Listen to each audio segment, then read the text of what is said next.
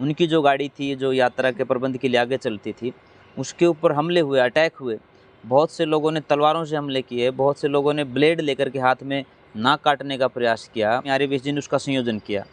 दिल्ली से लेकर के हिसार तक की एक यात्रा निकाली शराबबंदी आंदोलन के तहत, शराबबंदी यात्रा। और हिसार में उस समय शराब की फैक्ट्री थी। हरियाणा के जो मुख्यमंत्री थे भजन लाल, उनके दामाद की वो फैक्ट्री थी। तो उसके खिलाफ प्रदर्शन के लिए दिल्ली से 5000 लोगों को लेकर के स्वामी जी निकले पैदल। सभी आयोजनों को मेरा नमस्ते। मैं प्रेक्षा आर्या और आज हमारे साथ जुड़े हैं स्वामी आदित्य वेश जी। तो सबसे पहले आपका बहुत बहुत स्वागत है हमारे। धन्यवाद प्रेक्षा जी, बहुत बहुत धन्यवाद। तो जैसा कि आज हमारे आर्य समाज के जो सर्वोच्च नेता हैं स्वामी आर्यवेश जी, उनका जन्मदिन है। जी। तो आप दर्शकों को उसके बारे में क्या बताना चाहेंगे? ये मेरा सौभाग्य है कि मेरे पूज्य गुरुदेव जिनका आज जन्म दिवस है और पिछले मैं लगभग 20 वर्षों से उनके साथ रह कर के काम कर रहा हूँ। तो ये अपने आप में मेरे लिए सौभाग्य की बात है कि हम उनका जन्म दिवस जो है आज ऐतिहासिक और एक पवित्र स्थल वैदिक साधन तपोवन आश्रम जो देहरादून में है, वहाँ उनका जन्मदिवस भी मना रहे हैं और साथ ही साथ वहाँ पे कार्यकर्ता कैप्सूल कैंप जो है उसका आयोजन हो रहा है, तो उसमें शामिल हैं। ये सौभाग्य की बात है।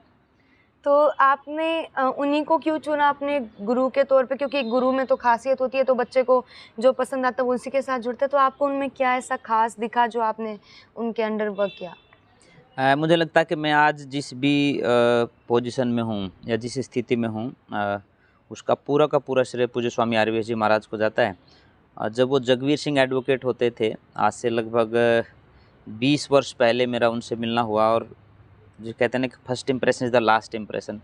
पहली बार ही मैं उनसे इतना प्रभावित हुआ, उनके व्यक्तिगत जीवन से, उनके व्यवहार से, और उसके बाद मैं उनसे जुड़ कर के रह गया। फिर जैसा ये शिविर चल रहे हैं, ऐसे शिविरों के माध्यम से उनसे मिलना जुलना हुआ। उसके बाद उनको और ज़्यादा गहराई से समझने का अवसर मिला और 2, 3, 4 साल के बाद तो फिर मैंने यही निर्णय ले लिया कि अब मैं पूज्य स्वामी जी के साथ ही रहूँगा, क्योंकि उनका जो व्यक्तिगत जीवन है ना, वो बहुत ही पवित्र जीवन है। उनका व्यवहार जो है वो सात्विकता से ओतप्रोत है। लोगों में क्या होता है कि अक्सर इतने ऊंचे पद के ऊपर जाने के बाद किसी व्यक्ति में अहंकार आ जाता है। कई बार पद का जो है ना बहुत बड़ी पौख हो जाती है, तो वो लोगों से बात करना बंद कर देते हैं। परंतु मैंने स्वामी जी को देखा है, जब भी हम शिविर लगाते हैं, एक बार मुझे याद आ रहा है 2005-06 की बात है, हम लोगों ने गुजरात में एक शिविर किया, बहुत बड़ा शिविर था। मेरे साथ 128 व्यायाम शिक्षक साथी थे और हम लोग सब मिल कर के गुजरात में गए। और जो आयोजक थे उन्होंने पता नहीं क्यों ऐसा किया कि वो जहाँ शिक्षकों के रुकने की व्यवस्था की हुई थी, वो बिल्कुल सामान्य खेत में ट्रैक्टर जैसे चला करके, और वो ऐसे कैसा छोड़ करके उसके ऊपर सिर्फ मैट था, उसका कि आप लोग यहाँ सोएंगे। और उन्होंने चालाकी से जो है ना स्वामी जी का जो व्यवस्था थी वो किसी होटल में अलग से कर दी कि आप वहाँ रुकेंगे। तो स्वामी जी मिलने के लिए हम लोगों से आए, तो उन्होंने देखा कि हमारे जो शिक्षक साथी हैं वो कहाँ सो रहे हैं। तो उन्होंने कुछ नहीं कहा, सामने वाले को भी कुछ नहीं कहा। उन्होंने कहा नहीं, मेरा जो कमरा आपने बुक करवाया होटल में उसको कैंसिल कर दीजिए, मैं अपने शिक्षक साथियों के साथ ही रुकूंगा। एक इतना बड़ा नेता है, इतने बड़े विद्वान और सन्यासी जो है वो सामान्य कार्यकर्ताओं के साथ जो है मिट्टी के ढेलों के ऊपर सो रहे हैं, तो मुझे लगा कि नहीं, इनमें विशेष बात है। दूसरा, अक्सर मैंने उनको देखा, उनके साथ 10 व्यक्ति हैं चाहे 20 व्यक्ति हैं, जब तक उनकी व्यवस्था नहीं हो जाती, जब तक उनके भोजन इत्यादि की व्यवस्था नहीं हो जाती, वो खुद से भोजन नहीं करते। दूसरा, वो इतने केयरिंग हैं कि छोटे से छोटा कार्यकर्ता, वो आज संगठन में विश्व की समस्त आर्य समाजों का जैसे संचालन संस्था करती है, उसके आप सर्वोच्च नेता हैं। उतने बड़े पद के ऊपर होने के बावजूद भी छोटे से छोटे कार्यकर्ता को व्यक्तिगत जीवन में, उसके पारिवारिक जीवन में कुछ भी कोई दिक्कत आती है तो वो उसके साथ खड़े हो जाते हैं स्वामी जी। कितनी घटनाएं ऐसी हैं कि किसी के ऊपर कोई सामाजिक विडंबना भी आई कि कुछ न कुछ घटना हुई और वो प्रेशराइज भी हुए, तो स्वामी जी उसके साथ जाकर के खड़े होते हैं।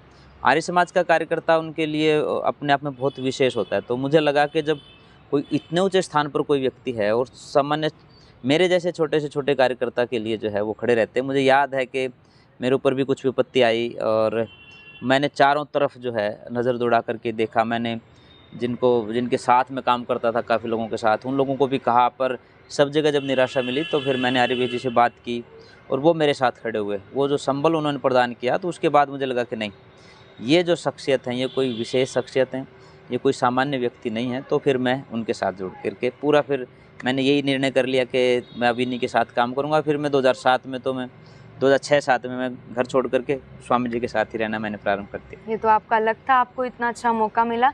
तो उन्होंने किस किस आंदोलनों में भाग लिया? आज़ादी के बाद के जो आंदोलन हैं, खास करके जो आर्य समाज ने चलाए हैं, उनके बाद के जो महत्वपूर्ण आंदोलन हैं, उनमें अधिकांश में स्वामी जी का बहुत बड़ा रोल रहा है। स्वामी इंद्रवेश जी और स्वामी अग्निवेश जी, ये जो दो युवा सन्यासी आर्य समाज में आए और इन्होंने ऋषि दयानंद के आंदोलनात्मक स्वरूप को जीवित रखा, बल्कि समाज में एक कदम आगे बढ़ कर के लोगों से भी टकराए, सरकारों से भी टकराए, समाज से भी टकराए। जहाँ पर उन्होंने कहीं न कहीं भेदभाव लगा, असमानता लगी, पाखंड का कहीं उनको सामने आया कि ये पाखंड हो रहा है या कहीं ज़्यादती हो रही है, किसी के मानवाधिकारों का हनन हो रहा है, तो हर जगह वो टकराते थे। मैं अगर आपको एक-एक करके बात बताऊँ तो सबसे पहले मैं आपको लेकर के चलता हूँ आज से और बहुत ज़्यादा पीछे 1987 1987 की घटना है। राजस्थान के अंदर एक 16 साल की बेटी को जो है उसके पति के साथ ज़िंदा जला दिया जाता है। रूप कौर नाम की वो बेटी थी। तो वो देवराला गांव है राजस्थान में। तो उस समय बहुत से लोगों ने अपनी अपनी प्रतिक्रियाएं दी, परंतु आर्य समाज के सन्यासियों को ये लगा कि नहीं, ये तो गलत है। ऋषि दयानंद ने सती प्रथा को गलत बताया है, वो सिद्धांत विरुद्ध है, वो कानून विरुद्ध है, वो वेद विरुद्ध है। इसलिए आर्य समाज के सन्यासियों ने निर्णय किया कि आंदोलन करेंगे इसके खिलाफ। पर आंदोलन तो करेंगे, पर इस पूरे मूवमेंट का संयोजन कौन करेगा? नेतृत्व के लिए तो हमारे सामने दो सन्यासी थे, पूज्य स्वामी इंद्रवेश जी महाराज थे, स्वामी अग्निवेश जी महाराज थे, स्वामी वरुणवेश जी थे, स्वामी चंद्रवेश जी महाराज थे। ये सन्यासी थे, लेकिन पूरी यात्रा का प्रबंध कौन करे, व्यवस्था कौन करे, संयोजन कौन करे? उस समय जगवीर सिंह एडवोकेट, जो वर्तमान में पूज्य स्वामी आर्यवेश जी महाराज हैं, उनको जो है जिम्मेदारी दी, साथ में प्रोफेसर स्वताज सिंह जी को जिम्मेदारी दी। तो इनको जिम्मेदारी दी, इन्होंने पूरी उस मूवमेंट का, पूरी यात्रा का जो है वो संयोजन किया। और आप आश्चर्य करेंगे, यात्रा में कितनी बार उनके ऊपर हमले हुए। उनकी जो गाड़ी थी, जो यात्रा के प्रबंध के लिए आगे चलती थी, उसके ऊपर हमले हुए, अटैक हुए। बहुत से लोगों ने तलवारों से हमले किए, बहुत से लोगों ने ब्लेड लेकर के हाथ में नाक काटने का प्रयास किया। तो उनसे लड़ते हुए फिर वो यात्रा जो है अंत में सफल हुई और देश के केंद्र सरकार को कानून बनाना पड़ा कि सती प्रथा का करना तो दूर की बात है, उसका कोई महिमा मंडन भी नहीं कर सकता। तो इसका पूरा श्रेय जहाँ हमारे मुख्य नेतृत्व वर्ग को जाता है, वहीं उसकी पूरी यात्रा का संयोजन, पूरा प्रबंध, इतने दिनों तक चलना, सैकड़ों लोगों के भोजन की व्यवस्था, आवास की व्यवस्था, उनकी सुरक्षा की व्यवस्था, उनकी गाड़ियों की व्यवस्था, और फिर जगह जगह पर नुक्कड़ नाटक हैं और उनके जो जगह जगह पर प्रवचन है, लोगों को मोटिवेट करना है, कानूनन लड़ाई लड़नी है। तो ये सारी की सारी बातें जो है उस आंदोलन में स्वामी आर्यवेश जी के माध्यम से हुई। तो ये एक उनका लगता है कि ये एक ऐसा आंदोलन था जो महर्षि दयानंद के बाद बहुत बड़ा आंदोलन था और जिसको सिरे तक चढ़ाया गया, जिसमें सफलता मिली और सरकार ने कानून बनाया। तो अभी जैसे आपने बताया, तो उसके हिसाब से हम सोच सकते हैं कि उन जैसे नेता मिलना बहुत ही मुश्किल है। आज तो उनकी बहुत ज़्यादा ज़रूरत है। ये एक आंदोलन था। इसके बाद यदि मैं बात करूँ 1992 में, 1994 में और 1996 में, ये 3 वर्ष ऐसे थे जब शराब के खिलाफ जो है, खास करके उत्तर भारत में बहुत बड़ा मूवमेंट खड़ा हुआ। उसमें भी जैसा मैंने हमारे नेतृत्व वर्ग का पहले आपके सामने नाम लिया है, वही की वही लीडरशिप थी। और हरियाणा में खास करके पूरा का पूरा शराबबंदी आंदोलन जो है वो स्वामी आर्यवेश जी ने उसका संयोजन किया। दिल्ली से लेकर के हिसार तक की एक यात्रा निकाली शराबबंदी आंदोलन के तहत, शराबबंदी यात्रा। और हिसार में उस समय शराब की फैक्ट्री थी। हरियाणा के जो मुख्यमंत्री थे भजन लाल, उनके दामाद की वो फैक्ट्री थी। तो उसके खिलाफ प्रदर्शन के लिए दिल्ली से 5000 लोगों को लेकर के स्वामी जी निकले पैदल। और वो आगे हिसार तो नहीं पहुंचने दिए, पहले ही पुलिस ने पकड़ा, लाठीचार्ज भी किया, उनको जेल में भी डाल दिया गया। पर अंततः उसका परिणाम ये निकला कि 1996 में हरियाणा के अंदर शराबबंदी लागू हुई और आर्य समाज की उसमें विजय हुई। तो स्वामी आर्यवेश जी ने उस पूरी मतलब उस यात्रा का भी और उस पूरे के पूरे आंदोलन का संयोजन किया। पूज्य स्वामी इंद्रवेश जी, अग्निवेश जी, स्वामी ओमानंद जी, प्रोफेसर स्वताज सिंह जी, शेर सिंह जी, ये उस समय की लीडरशिप के लोग थे जो आंदोलन लड़ रहे थे, खास करके शराब के खिलाफ। और ये तो उसमें भी जो है स्वामी जी का बहुत बड़ा रोल रहा। उसके बाद यदि मैं बात करूं तो अश्लीलता विरोधी एक यात्रा स्वामी जी ने निकाली।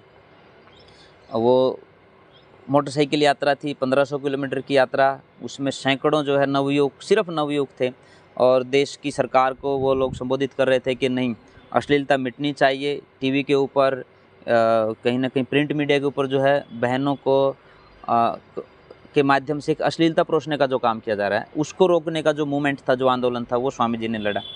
उससे पहले की यदि मैं बात करूं तो स्वामी दयानंद सरस्वती ने पाखंड खंडनी पताका फहराई हरिद्वार में।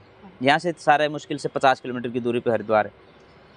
उसके बाद जो है कभी कुंभ के मेले में आर्य समाज का कार्यक्रम नहीं हो सका था। एक बार किया तो गंगा सभा के लोगों ने उनके पूरे त्रिपाल को लपेट करके गंगा में फेंक दिया। तो उसके बाद ये था कि आर्य समाज जो है कैसे दोबारा से इन आंदोलनों का हिस्सा बने या कैसे उस पाखंड खंडनी पताका को फहराया जाए। तब 1986 में 1986 में जो है पूर्ण कुंभ का अवसर था। उस पूर्ण कुंभ के अवसर पर दोबारा से 40 दिन का वेद प्रचार का कार्यक्रम रखा गया, पाखंड खंडनी पताका फहराई गई। तो स्वामी आर्यवेश जी को उस पूरे के पूरे प्रचार शिविर का संयोजक बनाया गया, जो उस समय जगवीर सिंह एडवोकेट होते थे। तो वहाँ भी टकराव हुआ, परंतु उस टकराव का सामना किया, लोगों को मोटिवेट किया और सैकड़ों नहीं हज़ारों लोगों को, आर्य समाज के लोगों को वो जो है हरिद्वार लेकर के आए। और कुंभ के मेले में जो लाखों लोग थे, सब लोगों को कहा पाखंड जो है उससे पीछा छुड़ाना है, अंधविश्वास से पीछे हटना है, नशे से दूर हटना है, राष्ट्रीयता को जो है बढ़ावा देना है, आपसी भाईचारे को बढ़ावा देना है, मानवाधिकारों को बढ़ावा देना है। इन सारी बातों को लेकर के उसमें बहुत बड़ा आयोजन हुआ। और उसकी विशेषता ये थी कि लोगों ने कहा कि महिलाओं को वेद मंत्र बोलने का अधिकार नहीं, महिलाओं को यज्ञोपवीत लेने का अधिकार नहीं, महिलाओं को यज्ञ और हवन करने का अधिकार नहीं। उस समय इसी कुंभ के मेले के ऊपर अपना जो आर्य समाज का पंडाल था, जिसके संयोजक स्वामी आर्यवेश जी महाराज जी थे, उसमें एक महिला को जो है, एक बहन को यज्ञ का ब्रह्मा बनाया गया। तो पूरे कुंभ के मेले में खलबली मच गई कि आर्य समाज के लोगों ने ये क्या कर दिया। उस समय शास्त्रार्थ की चुनौती दी कि हम लोग शास्त्रार्थ करने के लिए तैयार हैं कि भाई महिलाएं क्यों नहीं करवा सकती हैं वेद के यज्ञ, महिलाएं क्यों नहीं वेद के मंत्र बोल सकती हैं, महिलाएं क्यों नहीं यज्ञोपवीत ले सकती हैं। ये सबसे बड़ी बात थी। दूसरी, छुआछूत को मिटाने के लिए एक कार्यक्रम चला। लोगों ने कहा कि जी हम तो बिल्कुल औदिच्य ब्राह्मण हैं, ये कुलहीन लोग हैं, ये नीची जाति के लोग, इस तरह की बातें उस समय समाज में चलती थी। तो उस समय आर्य समाज के लोगों ने, जहाँ यज्ञ में जो है, जो जिनको सफाई कर्मचारी कहते हैं, जिनको लोग हीन दृष्टि से उस समय लोग देखते थे, उन सबको यज्ञ में बैठाया यजमान बना करके, और एक दिन स्पेशल कहा कि आज आप भोजन बनाएंगे और सभी लोग जो है वहाँ बैठ करके भोजन को ग्रहण करेंगे। दूसरा, इसके साथ साथ जो है स्वामी अग्निवेश जी उस समय थे, स्वामी इंद्रवेश जी थे, आर्य समाज के और सैकड़ों सन्यासी, साधु सन्यासी थे। उन सब ने ये कहा कि आज जो सफाई का काम है, खास करके जो शौचालय थे उनकी सफाई का काम है, उन्होंने कहा कि ये लोग तो हर रोज़ करते हैं, आज ये लोग यहाँ बैठ करके भोजन करेंगे और इनकी जगह सफाई का काम हम करेंगे। तो ये क्रांतिकारी परिवर्तन था, एक क्रांतिकारी विचार था उस कुंभ मेले के माध्यम से। तो उस पूरे के पूरे आंदोलन का जो है एक सामाजिक आंदोलन वो था, उसका संयोजन जो है पूज्य स्वामी आर्यवेश जी महाराज, जो उस समय के जगवीर सिंह एडवोकेट थे, उन्होंने किया। और उसके बाद फिर जो है 86 के बाद, चाहे 92 की बात हो, 98 की बात हो, 2004 की बात हो, 2010 की बात हो या 2016 की बात हो, इन सभी कुंभ मेलों के अवसर पर जो अर्ध कुंभ और पूर्ण कुंभ थे, उन पर आर्य समाज के जो है प्रचार शिविरों का आयोजन लगातार उसके बाद से हो रहा है। तो मुझे लगता है कि एक जो परंपरा जो है टूट गई थी किसी भी कारण से, वो दोबारा परंपरा जो है पूज्य स्वामी आर्यवेश जी के माध्यम से हमारे जो मुख्य नेतृत्व वर्ग था उनके सानिध्य में रह करके वो जो है प्रारंभ हुआ। तो ये 2-3-4 बातें थी। उसके बाद आज का जो एक नारा दिया जाता है, बेटी बचाओ बेटी पढ़ाओ का नारा, ये 2014 में नरेंद्र मोदी जी ने दिया। लेकिन इससे बहुत पीछे आप जब जा करके देखेंगे, 2002 में देखेंगे, फिर 2004 में देखेंगे, और 2005 में तो राष्ट्रीय स्तर पर इस मुद्दे को पहचान दिलवाई आर्य समाज ने। तो एक यात्रा निकाली गई 1 नवंबर 2005 से 15 नवंबर 2005 तक। वो यात्रा स्वामी दयानंद सरस्वती का जो पैतृक जन्म स्थान था टंकारा से लेकर के जलियांवाला बाग का जो हत्याकांड हुआ था अमृतसर में, वहाँ तक वो यात्रा निकली। उसमें लगभग 250 साधु सन्यासी थे। और उस पूरी यात्रा का संयोजन भी जो है, जैसे सती प्रथा की यात्रा का संयोजन किया था, इस पूरी यात्रा का संयोजन भी पूज्य स्वामी आर्यवेश जी महाराज ने किया। उस समय वो भी जगवीर सिंह एडवोकेट थे। तो टंकारा से लेकर के अमृतसर तक वो यात्रा निकली और लोगों को जगाते हुए गए कि बेटियों को माँ के पेट में मरवाना बंद करो।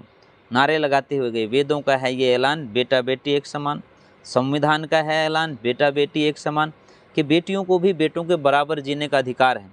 तो कहीं ना कहीं ऋषि ध्यान की जो मूल मान्यताएं थी या जो उनके सिद्धांत थे या ऋषि ध्यान जो कार्य करना चाहते थे, उन कार्यों को आगे बढ़ाने के लिए ये जो आंदोलनात्मक स्वरूप रहा है उसको जीवंत करने का काम स्वामी आर्यवेश जी महाराज ने किया है, जिनका जन्म दिवस है तो मुझे लगता है कि ये जो इतना बड़ा एक कार्य है, ये स्वामी आर्यवेश जी की जो उनकी नेतृत्व क्षमता है, उनकी जो कार्य क्षमता है, उनकी जो संगठन की ताकत है, संगठन करने की जो ताकत है, वो उनमें अपने आप में विशेष है। दूसरा स्वामी आर्यवेश जी में एक अलग विशेषता है। वो जब से संगठन में आए 1968 के आसपास, 1968 के आसपास, 70 के आसपास वो आए, उनकी पारिवारिक बैकग्राउंड बहुत मजबूत है और वो 3-4 पीढ़ी के आर्य समाज की बैकग्राउंड है। उनके पूज्य पिताजी वैद्य थे और वो हिंदी आंदोलन में जेल में गए। पूज्य स्वामी आर्यवेश जी 1957 में जो हिंदी आंदोलन हुआ, उसमें मुश्किल से 7-8 साल के थे, तो वो पिताजी के साथ जो है वो भी जेल में गए, स्वामी आर्यवेश जी भी। तो वो तो उनको विरासत में एक चीज़ मिली। परिवार में जो है उस समय पृथ्वी सिंह बेधड़क जी और जो बड़े-बड़े भजनोपदेशक होते थे, सब उनके घर पे रुकते थे। तो स्वामी जी पहले सोचते थे कि मुझे भजनोपदेशक बनना है, परंतु स्वामी इंद्रवेश जी और अग्निवेश जी से प्रेरित होकर के उन्होंने पहले एलएलबी किया, फ्रेंच डिप्लोमा किया, 7 बड़े-बड़े डिप्लोमे करने के बाद जो है डिग्रियाँ लेने के बाद उन्होंने फिर यही कहा कि मैं क्या करूँ? तब स्वामी इंद्रवेश जी ने कहा कि आप वकील बन करके किसी आम आदमी का केस लड़ो, उससे अच्छा है कि आप आम जनता की वकालत करो। तो उन्होंने आम जनता की वकालत के लिए, ऋषि दयानंद के सिद्धांतों की वकालत के लिए जो है अपना पूरा जीवन लगाने का निर्णय लिया और सारा का सारा जीवन जो है अब तक का उनका जीवन है, संगठन की दृष्टि से यदि मैं कहूँ तो नौजवानों के निर्माण में उन्होंने लगाया है और 10 से 12 लाख, 15 भी हो सकते हैं, नवयुवकों को उन्होंने आर्य समाज में दीक्षित किया है युवा निर्माण शिविरों के माध्यम से। तो इतना बड़ा कार्य स्वामी जी ने किया है और वर्तमान समय में भी स्वामी जी के पास जो योग्यता है, पढ़ाई की दृष्टि से, कानून की दृष्टि से, सिद्धांत की दृष्टि से, बोलने की दृष्टि से, कार्यक्षमता की दृष्टि से, उनके मुकाबले में मुझे कोई व्यक्ति दिखाई नहीं देते हैं। हालांकि बहुत लोग काम कर रहे हैं, मैं परमात्मा से प्रार्थना करूँगा कि सभी को बहुत ज़्यादा ताकत, सामर्थ्य, साहस प्रदान करें कि वो ऋषि दयानंद के कार्यों को आगे बढ़ाते रहें। पर स्वामी जी की अपनी कार्यक्षमताएँ विशेष हैं। अगर मैं अब से 1 साल पहले की बात करूँ तो अकेले 1 वर्ष में स्वामी आर्यवेश जी लगभग 850 से ज़्यादा कार्यक्रमों में 1 साल में जो है वो गए हैं। तो ये किसी साधारण व्यक्ति के बस की बात नहीं है। हर मतलब 2 दिन में 5 कार्यक्रम, 6 कार्यक्रम जो है वो अटेंड करना, उनमें शामिल होना, ये अपने आप में विशेष है। दूसरा, वेद प्रचार के कार्यक्रमों की जो बात है, ख़ास करके जन चेतना यात्राओं की, वो स्वामी आर्यवेश जी के अलावा कहीं दिखता नहीं है कि कोई और व्यक्ति उनके नेतृत्व में वो यात्राएं निकलती हों। लगभग 8 या 9 यात्राओं में मैं खुद शामिल रहा हूँ, जो 10-10, 15-15 दिन की यात्राएं हैं। हर रोज़ 10 से 12 जनसभाएं होती हैं।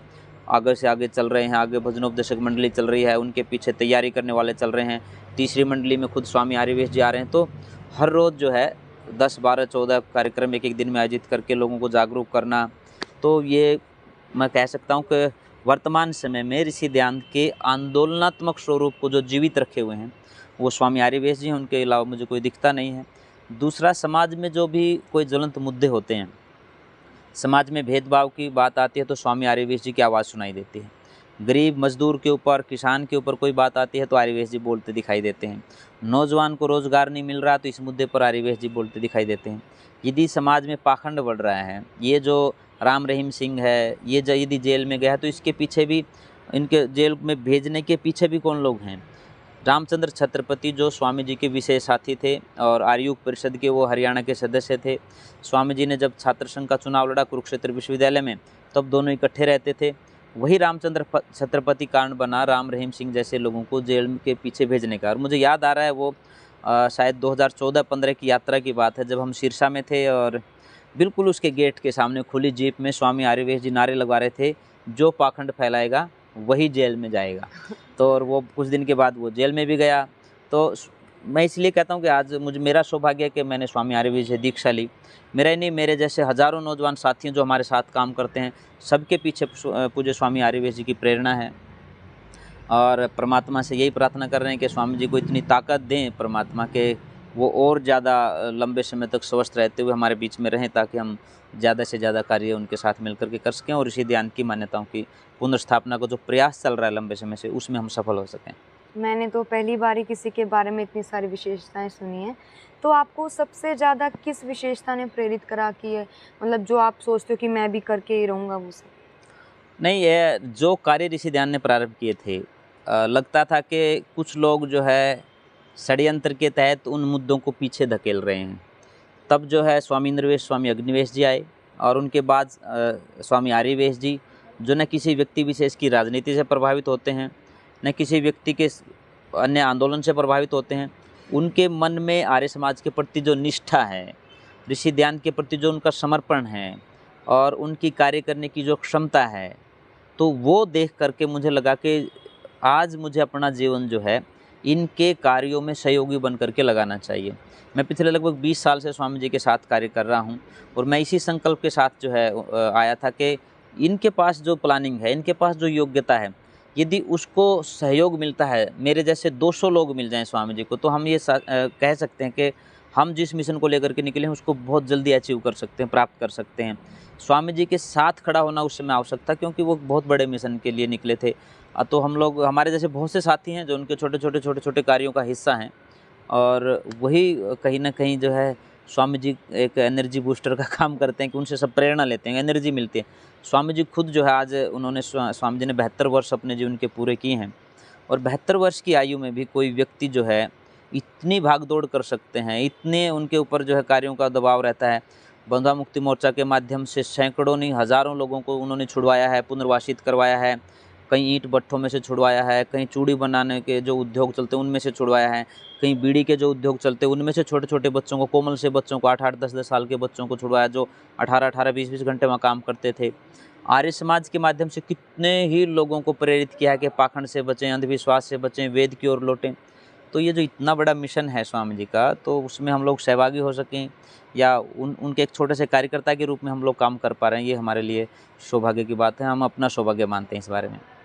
वो तो मैंने जैसे कैंप में आती हूँ तो वो बड़े सहज रहते हैं, मतलब हर इंसान के साथ बहुत अच्छी तरह से बात करते हैं।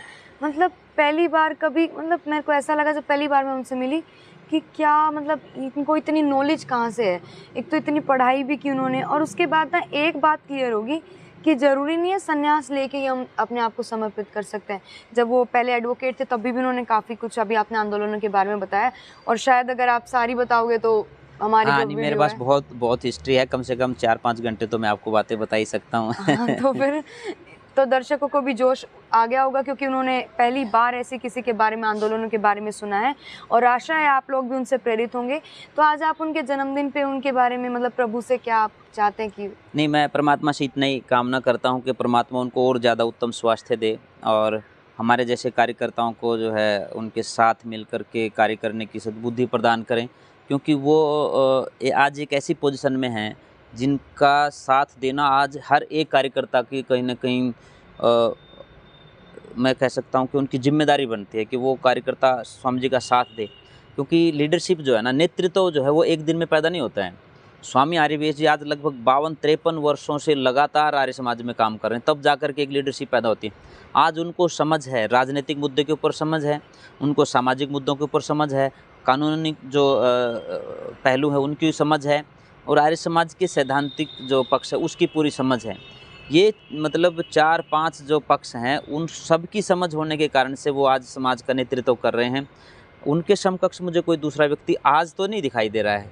आज इसलिए हम एक-एक कार्यकर्ता जो है वो उनके साथ खड़े हों। परमात्मा हम सबको सद्बुद्धि प्रदान करें, और आर्यवेश जी को उत्तम स्वास्थ्य प्रदान करें कि वो 100 वर्ष तक जो है इसी प्रकार हम सबका नेतृत्व करते रहें। बस मैं यही कामना करता हूँ कि उनके अंदर जो क्षमता है वो परमात्मा औरों के अंदर भी पैदा करे, ताकि ऋषि ध्यान का कार्य जो है और प्रखरता के साथ, मुखरता के साथ किया जा सके। अब आप दर्शकों को क्या बोलना चाहेंगे? मैं तो बस इतना ही कहना चाहता हूँ, स्वामी जी का जो जीवन है बिल्कुल सादा जीवन उनका है, सादा खान-पान उनका है, परंतु विचार बहुत ऊँचे हैं।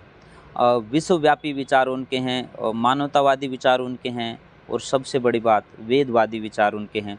वेद के अनुकूल उनका आचरण, वेद के अनुकूल उनका जीवन, वेद के अनुकूल उनका व्यवहार, और वेद के अनुकूल उनका जो व्यवहार आम समाज में है वो दिखाई देता है। तो इसीलिए आज हम सब पूज्य स्वामी आर्यवेश जी का जन्मदिवस मना रहे हैं, और खुशी-खुशी इस खुशी के साथ के सभी साथी जो है पूज्य स्वामी जी के जीवन से प्रेरणा लेकर के अपने जीवन को इसी रास्ते के ऊपर लगाने का निर्णय लेंगे। तो आपसे मिलकर बहुत ही अच्छा लगा स्वामी जी। धन्यवाद, आपने अपना कीमती समय निकाला और हमारे दर्शकों को बताया उनके बारे में। आशा है आपकी सारी कामनाएं सच हों, क्योंकि हम लोग भी चाहते हैं, ये सेम ही कामनाएं हमारी भी हैं, ताकि हम लोग भी उनसे कुछ सीख सकें और आर्य समाज के लिए अपना कुछ योगदान दे सकें आर्य समाज में। तो आप सभी को भी धन्यवाद। आपको भी धन्यवाद और सभी दर्शकों को भी बहुत बहुत धन्यवाद।